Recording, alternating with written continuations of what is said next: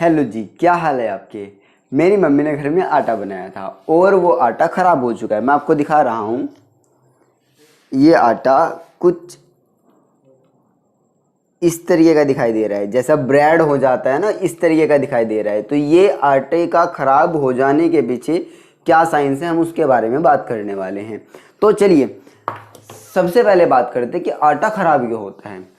ये जो आटा है, जब आटा को बनाया जाता है, गूंथा जाता है, तो इसके अंदर पानी मिलाया जाता है। यानी कि हम कह सकते हैं कि इस आटे के पाउडर के अंदर हमने क्या मिलाया, वाटर ऐड किया। जो वाटर इसके अंदर ऐड किया, वाटर के ऐड होने की वजह से इसके अंदर मॉइस्चर कंटेंट हो जाता है। जब मॉइस्चर कंटेंट हो जाता है तो यहाँ पे दो चीज़ आ जाती हैं। First one is water and second one is food. Food यानी कि यहाँ पे इसके अंदर कार्बोहाइड्रेट और स्टार्च अच्छे अमाउंट में प्रेजेंट होता है, जिसकी वजह से माइक्रो ऑर्गेनिजम्स यानी कि बैक्टीरिया और फंगस इसके ऊपर आसानी से फीड और ब्रीड कर सकते हैं। यानी कि ये उनको वो फेवरेबल इन्वायरमेंट प्रोवाइड करता है जिससे कोई भी माइक्रो ऑर्गेनिज्म जैसे बैक्टीरिया या फिर फंगस जैसे यीस्ट अपना अच्छे से ग्रोथ कर सकती है।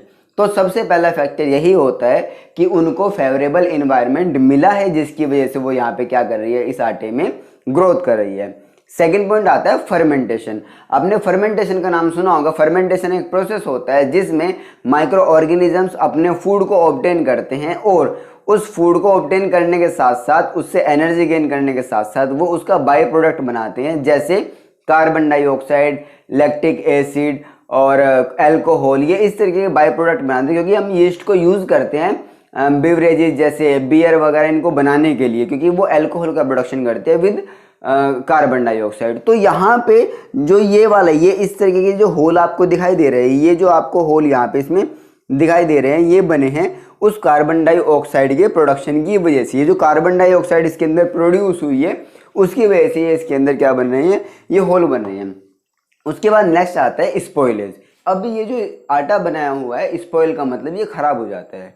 उसके पीछे क्या रीज़न है कि जो बैक्टीरिया होते हैं वो बैक्टीरिया टॉक्सिन्स प्रोड्यूस करते हैं। टॉक्सिन्स मतलब उनका जो बाई प्रोडक्ट होता है, कुछ एसिड्स जो होते हैं, ऑर्गेनिक एसिड जो जिनको बोलते हैं, या फिर जो बाकी प्रोडक्ट्स होते हैं वो प्रोड्यूस करते हैं, जिसकी वजह से इसका टेस्ट और इसकी जो स्मेल है वो डिफरेंट हो जाती है। और वो स्पॉइली स्मेल और स्पॉइली जो टेस्ट होता है, जैसे खट्टा टेस्ट होता है, उसकी वजह से ये हमें एक साइन देता है कि ये क्या हो चुका है, ये ख़राब हो चुका है, यानी कि स्पॉइल हो चुका है। तो मैंने आपको तीन चीज़ें बताई हैं। सबसे पहला कि उनको प्रॉपर इन्वायरमेंट मिल रहा है, बैक्टीरिया को, माइक्रो ऑर्गेनिजम्स को उनका इन्वायरमेंट मिलता है जिसकी वजह से वो ग्रोथ कर पाते हैं। सेकंड पॉइंट कि जो माइक्रो ऑर्गेनिजम्स होते हैं वो फर्मेंटेशन करते हैं, जिसमें यीस्ट आपने क्लास 10 में पढ़ा होगा।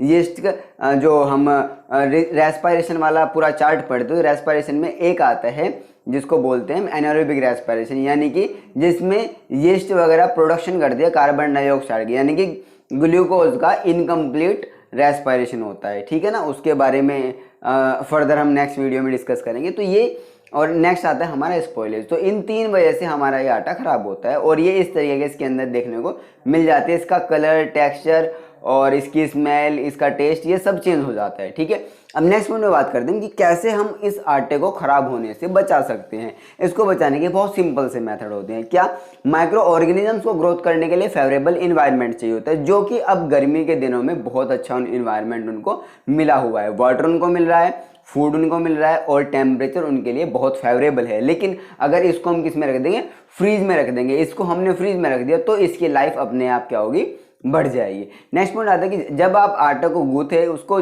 जल्दी से जल्दी आप क्या कीजिए, यूज कर लीजिए। तो अगर आपको आटे के खराब होने के पीछे साइंस समझ में आया हो, वीडियो नॉलेजेबल लगे तो प्लीज़ इसको लाइक कीजिए, शेयर कीजिए, सब्सक्राइब कीजिए। और इसी तरीके से अगर आपको आगे और वीडियोस देखनी है या फिर कोई क्वेश्चन आपके दिमाग में आ रहा है, कोई क्वेरी आ रही हो, तो आप नीचे ज़रूर से कमेंट कीजिए।